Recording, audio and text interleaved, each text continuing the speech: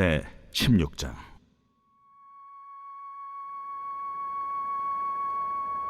이스라엘 자손의 온 회중이 엘림에서 떠나 엘림과 시내산 사이에 있는 신광야에 이르니 애굽에서 나온 후 둘째 달 15일이라. 이스라엘 자손 온 회중이 그 광야에서 모세와 하론을 원망하여 이스라엘 자손이 그들에게 이르되, 우리가 애굽 땅에서 고기가마 곁에 앉아있던 때와 떡을 배불리 먹던 때에 여호와의 손에 죽었더라면 좋았을 것을. 너희가 이 광야로 우리를 인도해내어 이 온 회중에 주려 죽게 하는도다. 그때에 여호와께서 모세에게 이르시되, 보라, 내가 너희를 위하여 하늘에서 양식을 비같이 내리리니 백성이 나가서 일용할 것을 날마다 거둘 것이라. 이같이 하여 그들이 내 율법을 준행하나 아니하나 내가 시험하리라. 여섯째 날에는 그들이 그 거둔 것을 준비할지니 날마다 거둔 것에 갑절이 되리라.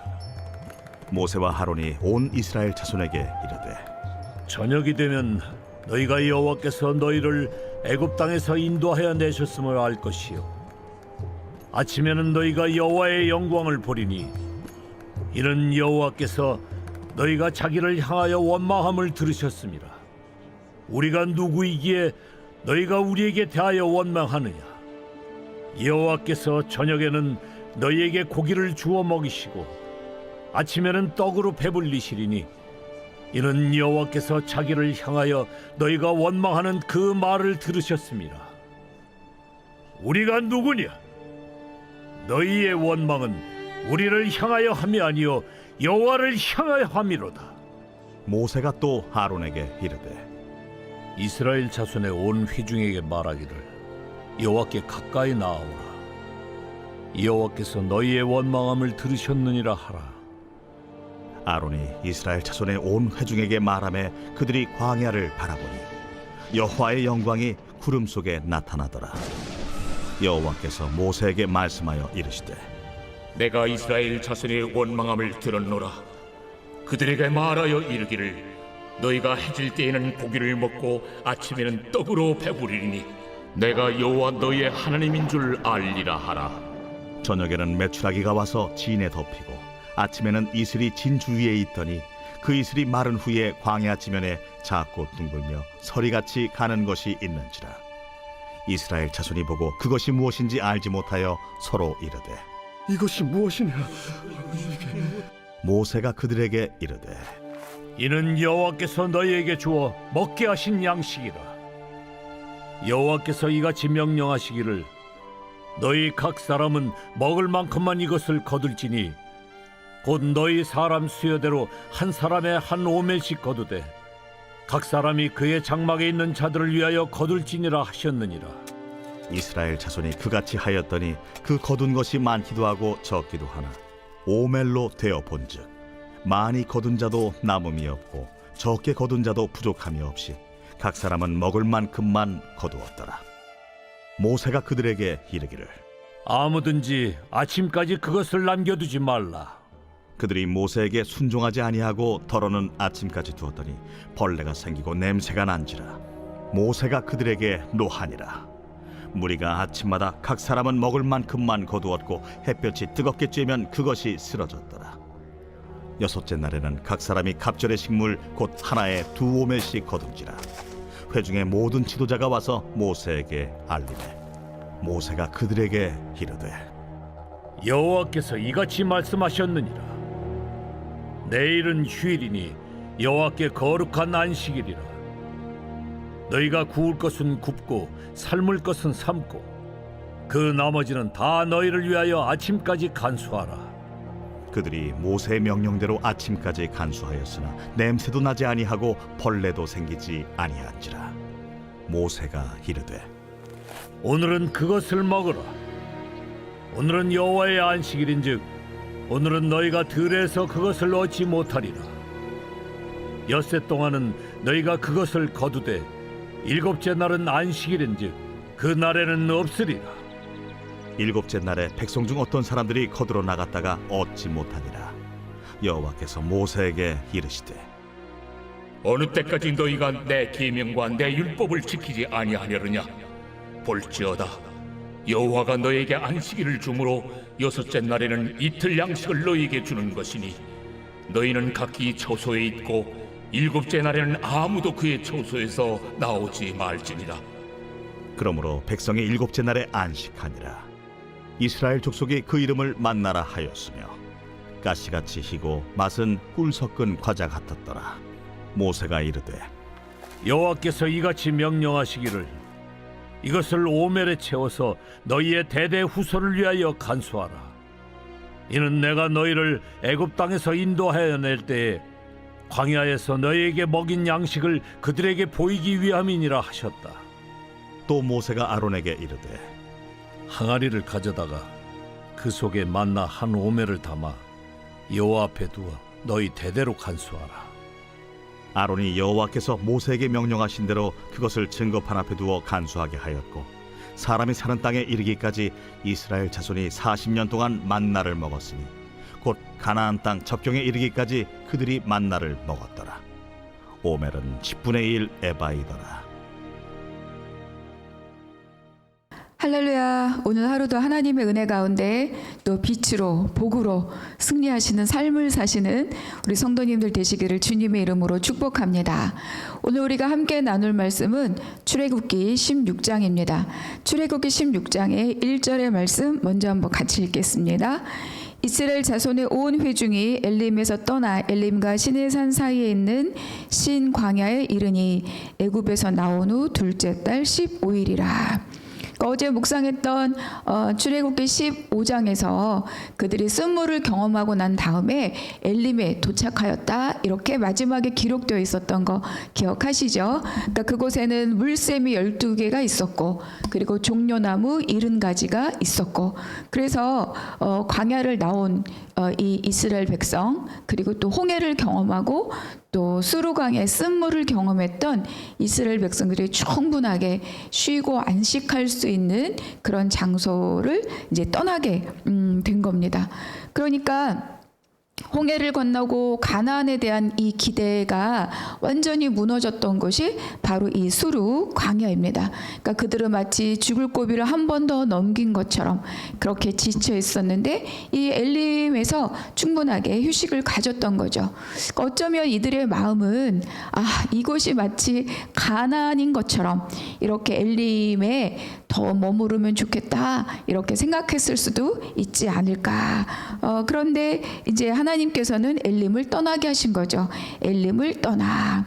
그래서 다시 길을 떠났는데 또 두 번째 도착한 것이 바로 이 신 광야입니다.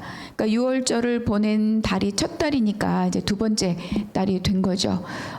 우리는 이 엘림에 있었으면 좋겠다라고 하는 마음을 가질 수는 있으나 그러나 엘림은 우리의 최고의 종착지가 아닙니다. 이스라엘 백성들의 출애굽의 목적은 입 가나안인 거죠. 그러니까 엘림이 아무리 좋아도 이곳에 끝까지 머물러 있을 수 없다. 하나님께서는 가나안까지 이들을 이끌어 가실 것이다. 그러니까 항상 이 엘림이 아무리 좋아도 떠나야 되는 거죠. 그 2절을 보니까 이렇게 기록되어 있습니다.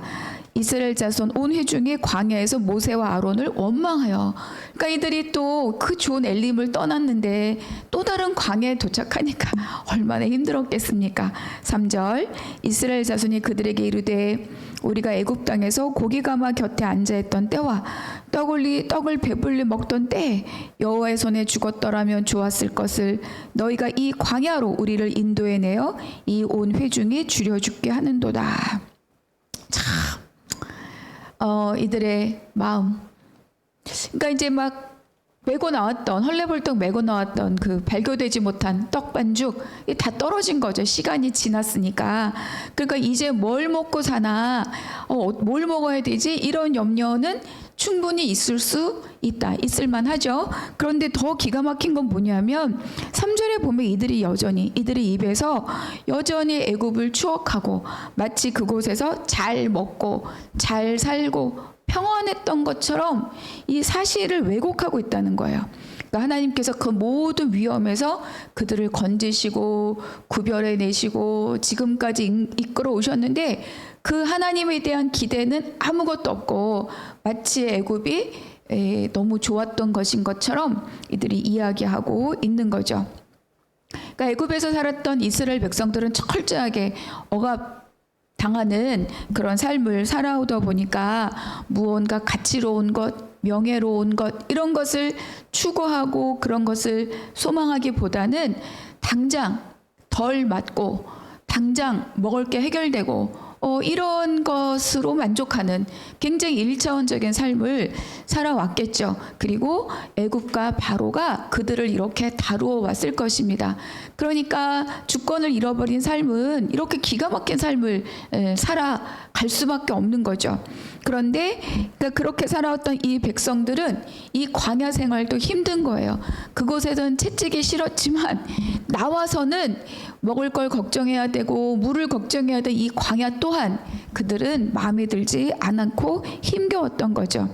그러니까 고기를 먹고 떡을 먹은 대가가 채찍에 맞고 중노동을 하고 자신들의 씨를 말리는 그런 어마어마한 고통과 고난과 핍박이었음에도 불구하고 이들은 또다시 광야에 오자 하나님을 불신하는 말들, 마치 애굽이 너무 좋았던 것처럼 그렇게 하나님을 불신하는 반역의 언어를 거침없이 내뱉습니다. 여러분, 우리가 애굽을 나오면서 새로운 신분, 새로운 공급, 새로운 목적이 되었다라고 말씀드렸는데 신분과 공급과 목적이 달라진 이 삶은 거저 얻어지는 삶이 아닙니다. 그것을 얻고 새롭게 삶을 살려면 거기에 합당한 수고와 대가를 치루어야 된다는 거죠. 가끔 이제 성도님들을 신방하거나 어려움에 겪었던 그런 분들을 이렇게 만날 때 가끔 그런 분들이 있어요. 과거에 내가 얼마나 화려하게 살았는지, 어떤 걸 먹었는지, 어떤 걸 입었는지, 어떤 걸 마셨는지, 집은 어떠했으며 차는 어떠했으며 그 과거에 화려했던 삶들을 이야기하는 경우를 가끔 들어요. 아니 뭐 이야기할 수 있죠. 그런데 안타까운 건 뭐냐? 그 삶을 그리워하는 거죠. 망해서 예수 앞에 왔지만 다시 그 삶으로 복귀하고 싶고 그 화려함을 다시 되찾고 싶은 그 갈증이 느껴질 때 마음이 많이 안타깝다. 그러니까 우리의 회복은 화려했던 삶으로의 회복이 아닙니다. 먹을 거, 입을 거, 마실 거를 회복하는 삶이 아니라 첫 번째는 우리의 신분의 회복인 거죠. 하나님과의 관계의 회복으로 우리가 처음에 얼마나 하나님 앞에 존귀한 자로 돈이나 명예가 아니라 하나님의 관계의 회복이요, 우리의 신분의 회복이요, 우리의 존재 가치의 회복이요, 우리의 삶의 목적의 회복이 가장 중요한 회복이라는 것입니다. 그러니까 오늘 우리가 믿음 안에 들어왔으면 오늘 우리가 하나님과의 관계 안에서 얼마나 아름다운 부요를 누리고 있는가를 경험하고 그것을 감사하는 삶을 사시기를 여러분 모두에게 축복합니다. 그러니까 과거에 먹고 입고 마셨던 것을 회복하면 안 된다거나 회복할 수 없다가 아니라 그것을 회복하더라도 그것을 쓰고 누리는 목적이 달라져야 된다는 거예요. 그것이 우리가 진정한 신분과 공급과 목적의 변화, 이것이 무엇인지를 알 때 그것이 회복되어도 누릴 수 있는 거지, 그것을 새로운 출발을 인지하지 못하고 회복되는 것은 또다시 애굽으로 돌아가는 것과 다를 바가 없다. 그리고 오늘 이제 특별히 16장을 읽으면서 유독 원망이란 단어가 다른 데보다 더 많이 있다는 것을 발견하게 돼요. 근데 하나님께서 이렇게 말씀하시는데 7절에 보니까 이는 여호와께서 너희가 자기를 향하여 원망함을 들으셨음이라. 8절도 이는 여호와께서 자기를 향하여 너희가 원망하는 그 말을 들으셨음이라. 9절에서도 여호와께서 너희의 원망함을 들으셨느니라. 12절에 보니까 하나님 직접 말씀하십니다. 내가 이스라엘 자손의 원망함을 들었노라. 얼마나 이 먹을 것이 없는 이 일에 대하여서 근데 이제 먹는다는 것은 가장 기본적인 삶의 필요잖아요. 그러니까 이들이 그것에 대한 두려움 또 염려 공포가 그만큼 더 극했다라는 것을 또 생각해 볼 수도 있죠. 그러니까 하나님께서 이들의 원망의 말을 들으셨죠.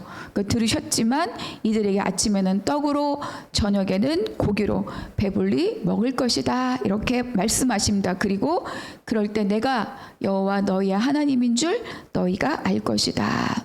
그러니까 이 신광야에서 만나와 메추라기를 주심은 뭐냐? 너희가 애굽을 그리워할 일이 아니고 내가 너희의 공급자이다. 이것을 반드시 알라. 이렇게 하나님이 깨닫게 하기 위함입니다. 아까도 말씀드린 것처럼 우리가 신앙생활 13장에서 신앙생활의 오리엔테이션 하면서 우리의 공급이 바뀌었다고 말씀드렸잖아요.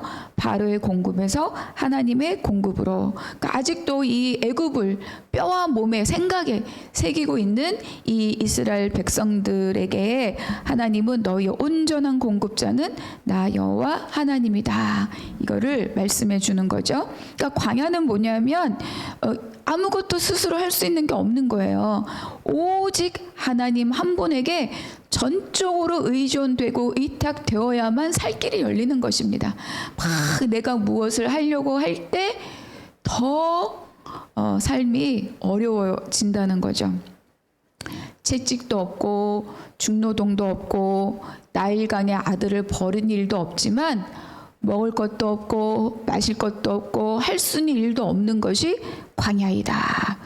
오직 하나님만 바라볼 때 길이 열리는 것을 경험하는 것이 바로 이 광야입니다. 그러니까 이때 이스라엘 백성들은 우리 이제 결국 죽을 일만 남았구나.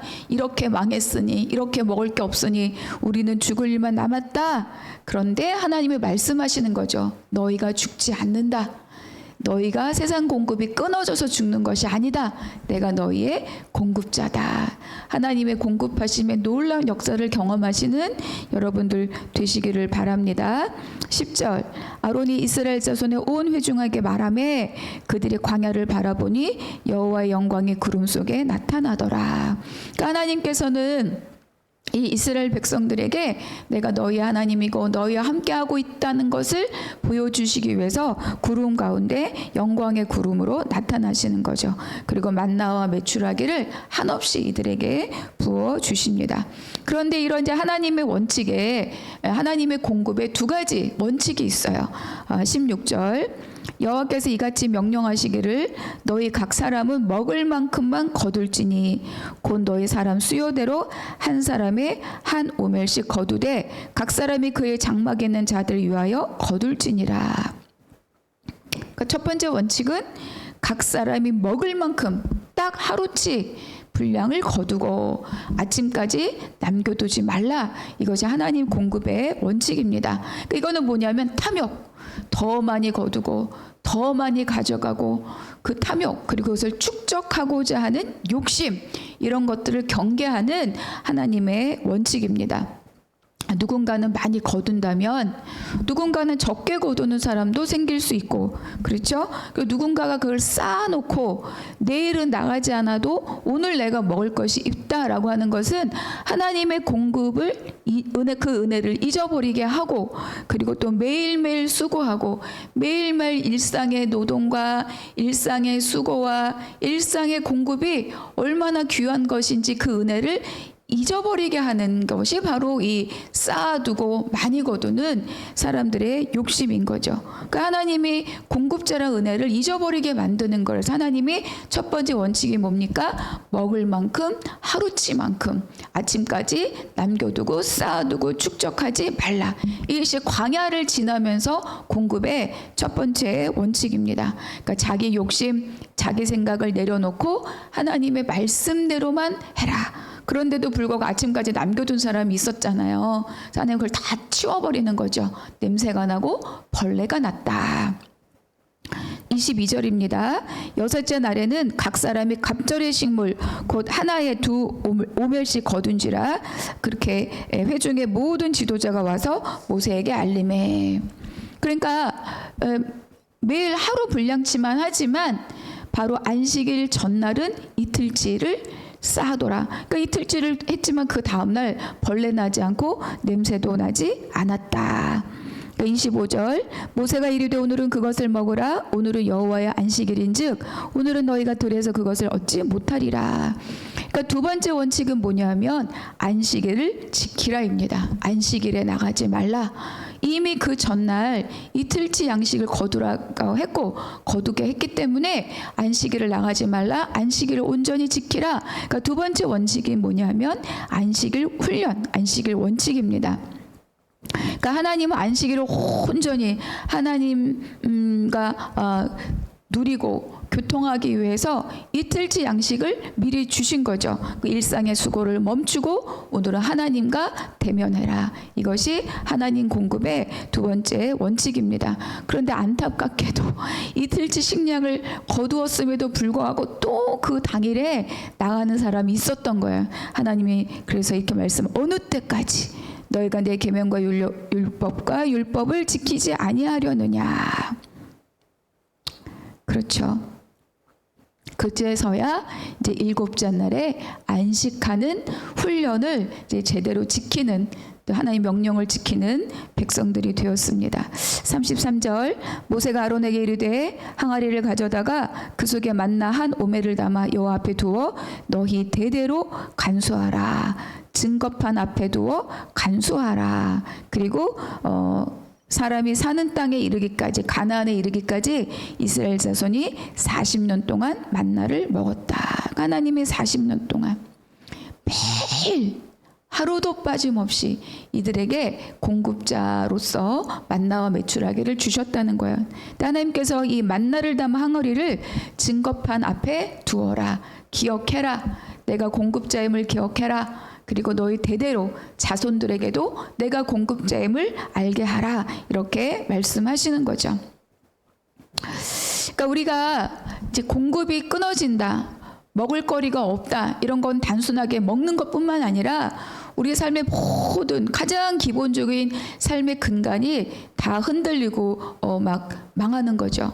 그런데 그때 이 원칙을 따르는 게 뭐냐? 그때 우리가 막 우왕좌왕하면서 자기 힘으로 먹을거리를 찾자고, 자기 힘으로 일을 해결하자고, 자기 힘으로 집을 세우려고 막 달려드는 게 아니라는 거예요. 가장 첫 번째 이 신광에서 주시는 원칙은 뭡니까? 오직 하나님을 붙들라입니다. 하나님이 공급자이심을 붙들라. 하나님의 약속을 붙들라. 아버지의 말씀을 붙들라. 이것이 이 광야에서 하나님의 공급자임을 경험하는 길입니다. 그래서 내가 막 먹을 걸 찾아다니는 것이 아니고 내가 너희의 하나님 여호와이니라. 내가 너희의 공급자이니라. 하나님의 약속을 붙들고 아버지의 말씀대로 살아가는 것이, 아무것도 없잖아요. 일할 것도 없고 먹을 것도 없고, 그럴 때 오직 주님, 전적으로 하나님께 의존되고 의탁되는 삶, 그것을 경험하는 것이 바로 이 신광야입니다. 그러니까 철저한 신뢰, 철저한 의존, 그래서 하나님이 일하심을 경험하고 목도하는 것, 이것이 바로 신광야의 목적인 거죠. 그래서 우리가 16장을 마무리하면서 이렇게 한번 묵상하면 좋겠습니다. 나의 공급자가 하나님이신 것을 나의 공급자가 하나님이신 것을 믿고 있느냐? 만나 항아리가 대대로 증거판 앞에 간수되었던 것처럼 내 삶에 하나님이 나의 공급자임의 그 증거물이 나에게 있는가 한번 생각해 보시면 좋겠습니다. 그리고 두 번째는 나의 삶이 막 흔들릴 때, 그때 오직 하나님이 내 삶의 공급자임을 믿고, 그리고 하나님의 말씀을 신뢰하고 하나님의 약속을 의지하고 있는가. 내 힘으로 막 양식을 구하려고 안식일에 나가지는 않았는가. 저는 예전에 그랬거든요. 내가 막 생활이 어려워지고 하던 일이 어려워지니까 내가 막 안식일에 뛰쳐나가고 안식일에 일하고 안식일에 그렇게 했다는 것을 제가 출애굽기를 다시 공부하면서 내 삶에 더 흔들리고 하나님 끝까지 나를 몰아가신 그 이유가 내가 하나님을 의지하지 않고 내 힘을 의지해서 내가 먹을 거리를 찾아다니는, 그래서 그거를 멈추게 하려는 하나님의 손길이었구나, 이런 거를 깨닫고 그 힘겨웠던 삶을 우리 아버지 앞에 앞에 감사했던 적이 있습니다. 오늘 하루도 주님 앞 약속을 붙들고 오직 주의 원칙을 붙들고 살아가시는 오늘 한 날 되시기를 주님의 이름으로 축복합니다. 기도하겠습니다. 하나님, 내 삶이 흔들리고 먹거리가 없어서 망할 것 같을 때 그때 내 힘을 쓰고 내 지혜를 쓰고 내가 안식일에 뛰쳐나가서 먹을 것을 구하지 않도록 나를 붙들어 주시옵소서. 삶이 흔들릴 때 오히려 더 주님의 약속을 붙들고 아버지를 신뢰하고 의존하는 것으로 주의 공급다짐을 누리고 그것을 증거판 앞에 기념할 수 있는 우리의 삶이 되게 하여 주시옵소서. 모든 것 감사하고 우리 주 예수 그리스도의 이름으로 기도하옵나이다. 아멘.